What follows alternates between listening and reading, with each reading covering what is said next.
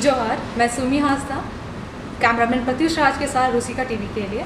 आज हमारे बीच जो शख्स आने वाले हैं, जिनसे हम रूबरू होने वाले हैं, वो भारत के प्रतिष्ठित अवार्ड पद्मश्री से सम्मानित किए हुए हैं, जाने माने इंडस्ट्रियलिस्ट हैं और डिकी के चेयरमैन हैं। तो आइए मिलते हैं मिलन कामले सर जी से। जोहार सर। तो देखिए, मैं तो एक महाराष्ट्र के लातूर डिस्ट्रिक्ट से आता हूँ। महाराष्ट्र में एक मराठवाड़ा इलाका है जो सबसे गरीब इलाका माना जाता है और उसमें से एक लातूर डिस्ट्रिक्ट है, वहाँ से मैं आता हूँ। बिल्कुल बहुत ही सामान्य परिवार में मैं पैदा हुआ हूँ। मेरे पिताजी एक प्राइमरी स्कूल टीचर थे। हमारे घर में तो कोई बिजनेस की बैकग्राउंड नहीं थी। इस परिवार से मैं आता हूँ। मेरा इंजीनियरिंग का शिक्षण पूरा हो गया। फिर उसके बाद में मेरे पिताजी ने कहा कि पीडब्ल्यूडी या इरिगेशन में अर्जी कर दो, आपको नौकरी मिल जाएगी। मगर मुझे सरकारी नौकरी करनी नहीं थी, इसीलिए मैंने कोई सरकार में अर्जी नहीं की और मैं वहाँ से लातूर से इंजीनियरिंग का शिक्षण पूरा करने के बाद पूना आया और पूना में आने के बाद मैंने प्राइवेट सेक्टर में 5 साल काम किया। सिविल इंजीनियरिंग का मेरा शिक्षा पूरी हुई थी, तो मार्केट कैसे ऑपरेट होता है वो समझने के लिए अगर एक बिल्डिंग बनानी है तो उस बिल्डिंग में कितना लेबर लगता है, कितना मटेरियल लगता है और उसका इकोनॉमिक्स क्या होता है, यह समझना बहुत ज़रूरी होता है कोई बिज़नेस शुरू करने के लिए। वैसे मैं इंजीनियरिंग किया था तो टेक्नोलॉजी तो मेरे पास थी ही, पर 5 साल मार्केट में काम करने के बाद मैंने नौकरी छोड़ दी और अपना बिज़नेस शुरू किया। अभी इस बात को 25 साल हो गए हैं और महाराष्ट्र में पुणे में मैंने अपना बिज़नेस शुरू किया। रेलवे से मैंने काम शुरू किया, रेलवे के कॉन्ट्रैक्ट लेता था। फिर महाराष्ट्र गवर्नमेंट में इरिगेशन डिपार्टमेंट के कॉन्ट्रैक्ट्स लेता था, वाटर सप्लाई के काम करता था, रोड्स के, बिल्डिंग्स के, तो सभी प्रकार के जो काम हैं हमने किए हैं और बहुत ही अच्छे काम हमने महाराष्ट्र में सरकार के साथ एज ए कॉन्ट्रैक्टर किए हैं। और उसके बाद में हमने गारमेंट सेगमेंट में भी हमने 3 साल पहले एंट्री की है और गारमेंट सेगमेंट में भी हमारी कंपनी बहुत अच्छा काम कर रही है। यह तो एक जर्नी है एक बिजनेसमैन की। एक तो मेहनत तो होती है, आपको मेहनत और लगन के साथ अगर आप काम करते हैं तो बिल्कुल आपको यश तो मिल ही जाता है। सर, आपको कब लगा कि डिकी की स्थापना होनी चाहिए और डिकी का रोल क्या है सर, ये हमें जानना चाहिए। देखिए, 2001 में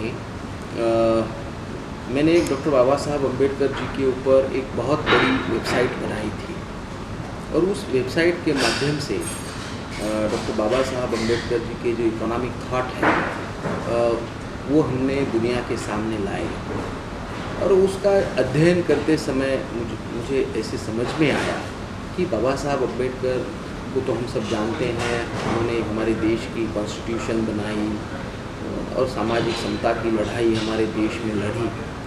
मगर इसके ऊपर डॉक्टर बाबा साहब अम्बेडकर एक अर्थतज्ञ थे, उसको हम इकोनॉमिस्ट कहेंगे, वो एक बड़े इकोनॉमिस्ट थे और उन्होंने जो उनकी लड़ाई है उस लड़ाई में उन्होंने कहा है कि हमारे देश में कॉन्स्टिट्यूशन के माध्यम से सामाजिक लोकशाही तो प्रस्थापित होगी मगर आर्थिक लोकशाही प्रस्थापित होनी चाहिए। यह उनका एक सपना था। मगर हम अगर देखेंगे हमारे देश में 50-60 साल तक तो दलित समाज में शेड्यूल कास्ट हो या शेड्यूल ट्राइब हो या आदिवासी समुदाय हो तो उसमें हमारे बहुत सारे सामाजिक संगठन हैं, राजनीतिक संगठन हैं, लेबर यूनियंस है, स्टूडेंट यूनियंस है, ये सब है। मगर हमारे समाज में कोई बिजनेस का संगठन नहीं था। यह मुझे एक बात ध्यान में आई और मैंने सोचा कि नहीं, अगर समाज का विकास करना है तो दलित समाज में, आदिवासी समाज में उद्यमिता बढ़ना चाहिए। इसको हमने समझ लिया और उस दिशा में हमने काम करना शुरू किया। तो हम 2003 में SC/ST chamber of Commerce and Industry इस नाम से हमने कुछ काम शुरू किया, मगर जाके देखा तो चेंबर के नाम तो थोड़े अलग अलग रहते हैं, जैसे CII हो, फिक्की हो, एसोचेम हो, इस प्रकार का ही नाम हमारे संगठन का होना चाहिए। और इसलिए हमने Dalit Indian Chamber of Commerce and Industry इस प्रकार का जो संगठन है 2005 में हमने बनाया। अभी 15 है, 2015 10 साल हो गए। इस 10 साल के संगठन के प्रवास में बहुत सारी उपलब्धियां हैं, गिनाएंगे तो बहुत समय लगेगा, मगर फिर भी मोटा मोटा जो कुछ 2-4 चीज़ें हैं मैं आप सबसे बताना चाहूँगा कि देखिए, भारत सरकार ने डिक्की को एक राष्ट्रीय चेंबर इस प्रकार की मान्यता दे दी है। तो जब भी भारत सरकार कोई नीतियों के ऊपर अलग अलग चेंबर से जब बात करता है तो डिक्की के साथ भी बात सरकार करती है। तो यह एक बहुत बड़ी उपलब्धि है जो एक राष्ट्रीय स्तर का चेंबर की उसको मान्यता प्राप्त होना। दूसरी बात, चेंबर के अभी 5000 सदस्य हैं शेड्यूल कास्ट और शेड्यूल ट्राइब के पूरे देश में। देखिए, पंजाब से लेके पांडिचेरी तक, केरला से लेके जम्मू से लेके सभी राज्यों में डिक्की के मेंबर्स हैं, सदस्य हैं और सक्रियता से वो सब लोग काम कर रहे हैं स्टेट चैप्टर में। यह एक बड़ी उपलब्धि हम कह सकते हैं। दूसरी बात यह है कि जो डिक्की का जो एम है वह एम है कि समाज में एक बिजनेस लीडरशिप पैदा करना। और दूसरी बात, दूसरा एक मकसद इसका ये है कि हम नौकरी मांगने वाले नहीं बल्कि हम नौकरी देने वाले बनेंगे। यह एक उद्दिष्ट लेके डिक्की काम कर रहा है। इस देश के युवाओं में बहुत क्षमता है, ताकत है, मगर उनको इस प्रकार के कोई संगठन की जो ज़रूरत थी चेंबर की, तो वह डिक्की के माध्यम से पूरी होती दिख रही है। देखिए, आज की तारीख में हमारे देश में 125 करोड़ पॉपुलेशन है और उस 125 करोड़ पॉपुलेशन में 25% शेड्यूल कास्ट और शेड्यूल ट्राइब का पॉपुलेशन है। अभी इसमें जो हमारी डेमोग्राफी जो कहती है वह 18 से 35 उम्र के हमारे देश में 65% लोग हैं। अगर यही डेमोग्राफी हम शेड्यूल कास्ट और शेड्यूल ट्राइब के पॉपुलेशन को अगर लगाएंगे तो लगभग 20 करोड़ शेड्यूल कास्ट और शेड्यूल ट्राइब के पॉपुलेशन के 20 करोड़ लोग जो है इस देश में युवा है। और यह जो युवा है इनकी आकांक्षाएँ, इनकी अपेक्षाएँ बहुत अलग है, क्योंकि यह नए ज़माने का युवा है, जो फेसबुक वाला है, जो ट्विटर वाला है, जो व्हाट्सएप वाला है। तो इस युवाओं की आकांक्षाएँ को अगर एड्रेस करना है तो एक तो उद्यमी बनना चाहिए। इस प्रकार का एक मिशन लेके डिक्की देश भर में काम कर रहा है। तो यह एक देश का एक बड़ा प्रवास हो रहा है। सर, डिक्की बहुत सारे राज्यों में फैला हुआ है और सक्रियता से काम भी कर रही हैं और 5000 मेंबर हैं, आपने जैसे बताया कि। और आप अभी जमशेदपुर आए हैं झारखंड में, तो आप क्या मकसद लेके आए हैं और युवाओं के लिए क्या अपॉर्चुनिटीज़ है, तो ये आप बताइए। देखिए, जमशेदपुर में तो मैं एक 15 बार यहाँ पे आया और जमशेदपुर और झारखंड यह एक बहुत ही महत्वपूर्ण राज्य हमारे देश का है और बहुत रीच है। यहाँ पे मिनरल डिपॉजिट्स इतने बड़े हैं, तो एक मिनरल रीच स्टेट झारखंड है। और जमशेदपुर तो मेरे लिए बहुत ही फेवरेट प्लेस है, मैं यहाँ बहुत आते रहता हूँ। यहाँ पे जमशेद जी टाटा ने जो स्टील प्लांट लगाया, उसके बाद में टाटा मोटर्स है और अभी और एक 15 टाटा की कंपनियाँ हैं जो यहाँ के लोगों के लिए एक बड़ी एम्प्लॉयमेंट की अपॉर्चुनिटी टाटा के माध्यम से उपलब्ध हुई है और बिज़नेस की अपॉर्चुनिटी। देखिए, हम टाटा ग्रुप के साथ काम कर रहे हैं। डिक्की और टाटा ग्रुप एक पार्टनर है on affirmative action and supplier diversity. तो उसके माध्यम से हम लोग यहाँ पे जमशेदपुर में जो टाटा ने, टाटा स्टील हो या टाटा मोटर्स हो और बाकी और टाटा की कंपनियाँ हो, टाटा पावर हो, इन्होंने यहाँ पे बहुत ही अच्छा काम इस इलाके में पर्टिकुलरली जो शेड्यूल ट्राइब है, जो आदिवासी हमारे जो भाई हैं, उनके बीच काम शुरू किया है। लगभग टाटा के जो इस्टेब्लिशमेंट है उसमें लगभग 1 लाख लोग को एम्प्लॉयमेंट मिला है और बहुत सारे लोगों को एक बिज़नेस की अपॉर्चुनिटी यहाँ पे मिली है।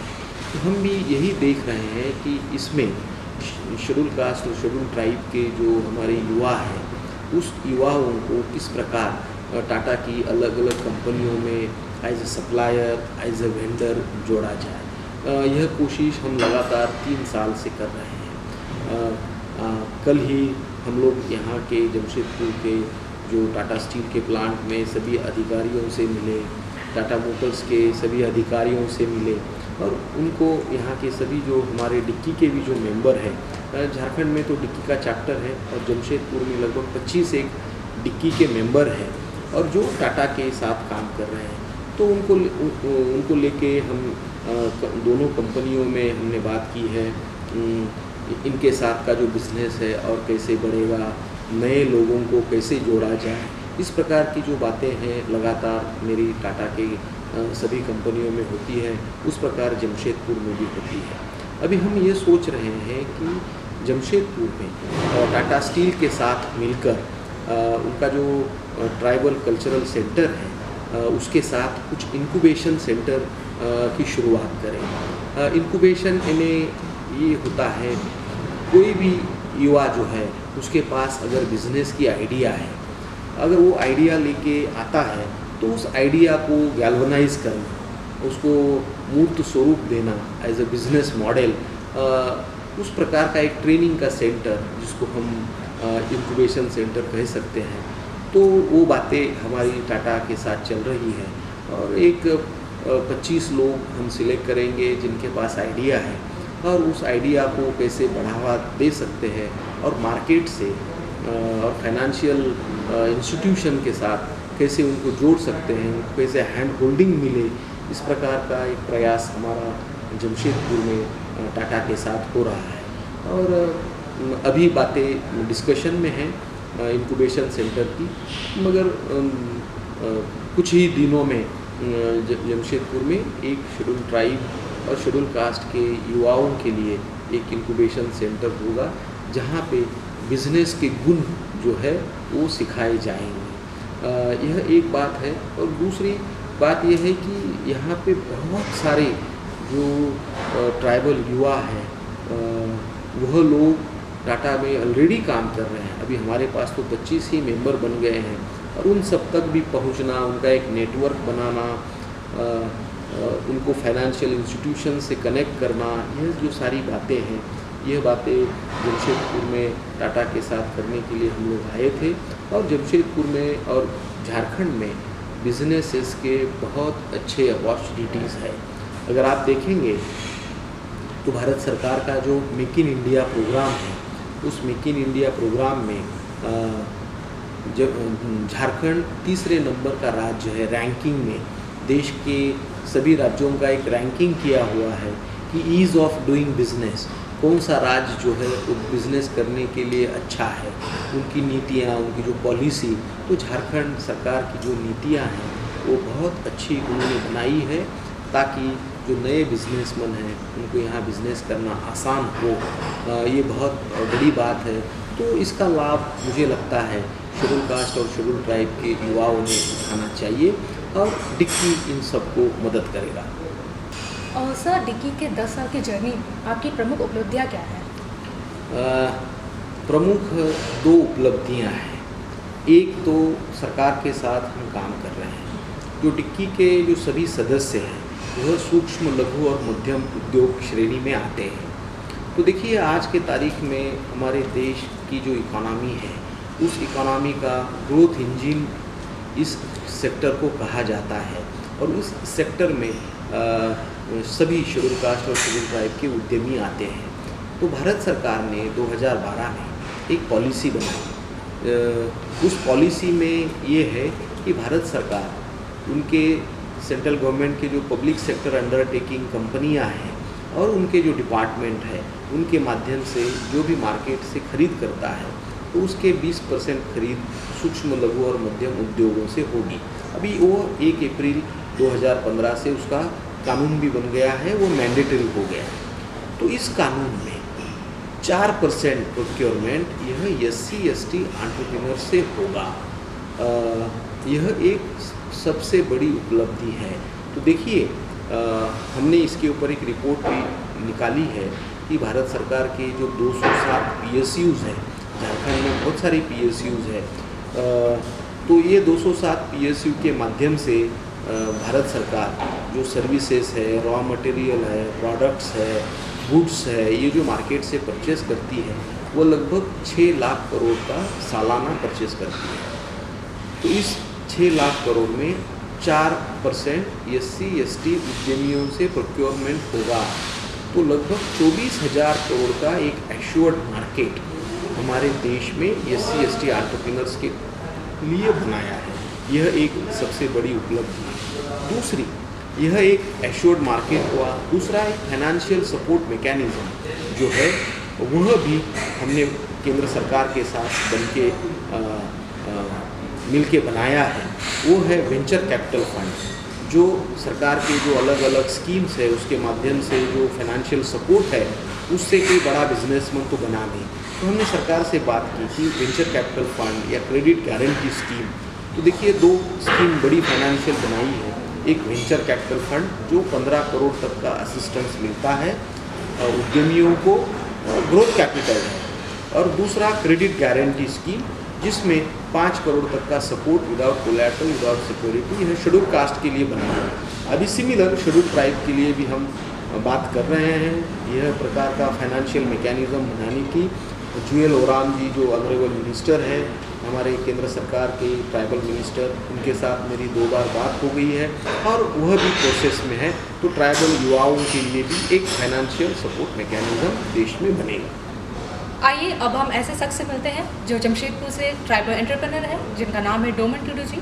जानना चाहेंगे कि उन्होंने रिसेंटली ही डिक्की ज्वाइन किया है, तो उन्हें कैसा लगा, उनका एक्सपीरियंस कैसा रहा डिक्की से जुड़कर। जोहार, मैं थैंक यू बोलता हूँ सुनी जी और मीन कामरेश्वर जी को। और मुझे बहुत खुशी हुई है कि मैं डिक्की का एक छोटा सा मेंबर बन पाया झारखंड जमशेदपुर से। और मेरी शुरुआती दौर डिक्की से मुलाकात कोलकाता में हुई एक सी इवेंट है जिसमें मुझे मराठी सर ने इनवाइट किया था, और उसमें मैं जो अपना प्रेजेंटेशन दिया था, सर कामरे सर ने मुझे इनवाइट किया हैदराबाद में। जब मैं हैदराबाद में गया हाईटेक सिटी में, तो उस जगह में जब डिक्की का पूरा प्रेजेंटेशन देखा जिसमें 400 से अधिक कंपनियाँ आई, तब मुझे लगा कि रियली एक ऐसा प्लेटफॉर्म है जहाँ से मैं अपना करियर ग्रो कर सकता हूँ। और उसके बाद मुझे नेक्स्ट अपॉर्चुनिटी IIM लखनऊ में मिला। वहाँ अपने आप को 3 दिन का ट्रेनिंग सेशन हुआ। उस ट्रेनिंग सेशन के दरमियान मैंने एक बिजनेसमैन है औरंगाबाद, उससे बहुत अच्छी दोस्ती हुई, अंडरस्टैंडिंग हुई, और आज की डेट में मैं उनके साथ एक प्रोजेक्ट के लिए मूव कर रहा हूँ, जिसके लिए मानिकचंद ग्रुप के साथ एक पानी का प्रोजेक्ट ऑक्सीजन प्लांट के लिए, उसके साथ हम फ्रेंचाइजी में बिज़नेस करने के लिए जा रहे हैं। और एक सबसे बड़ी चीज़ है कि यहाँ पे हमें डिक्की ये हमें रेगुलर मेंटोर करती है कि आप बिज़नेस कैसे चलाओ, फ़ंड कहाँ से मिलेगी, फ़ंड की चीज़ें कैसे मिलेगी, वो हमें एक गाइडेंस देते हैं। एक ओवरऑल एक फादर की तरह हमें गाइड करते हैं कि अपना बिज़नेस को कैसे आगे करना है। और मैं हमेशा थैंक्स करूँगा as a teacher Kamre sir को कि उन्होंने मुझे गाइड किया। Thank you sir. Milind sir, Doman ji आपको गुरु की तरह मानते हैं, आप उनका मार्गदर्शन करते हैं, तो आपको रूसी का काम अभी तक का कैसा लगा? डोमन टूडू यह एक बहुत अच्छे एंटरप्रेन्योर है, युवा है और बहुत लगन के साथ वो काम कर रहे हैं। जो एक एंटरप्रेन्योर की जो क्वालिटी लगती है वो सब डोमन टूडू में है। उनका जो रूसी का मैगज़ीन है और उनकी और जो एक्टिविटी है वो बहुत अच्छी चल रही है। अभी हाल ही में वह मानिकचंद के साथ जो ऑक्सीरिच उनका वाटर है उसकी उनको एजेंसी भी यहाँ मिल गई है, तो बहुत अच्छी बात है। तो मुझे ऐसे लगता है कि फोकस करना चाहिए बिजनेस पे, और फोकस करके अगर काम करेंगे लगन के साथ तो सक्सेस तो मिलता ही है। यह तो हिस्ट्री है। दूसरी बात यह है कि वह जो ई-कॉमर्स में यहाँ का जो ट्राइबल कल्चर जो है, प्रोडक्ट्स जो है वह प्रमोट कर रहे हैं, ये बहुत अच्छी बात है। मैं उनको बहुत बहुत शुभकामनाएं देता हूँ, और उनके जो मन में बहुत सारे बिजनेस के जो प्लान हैं उन सभी को हमारी ओर से, डिक्की की ओर से जो मदद होगा वो मदद हम उनको करने के लिए तैयार है, और वो मेहनत करें, और उनको बहुत बहुत शुभकामनाएं।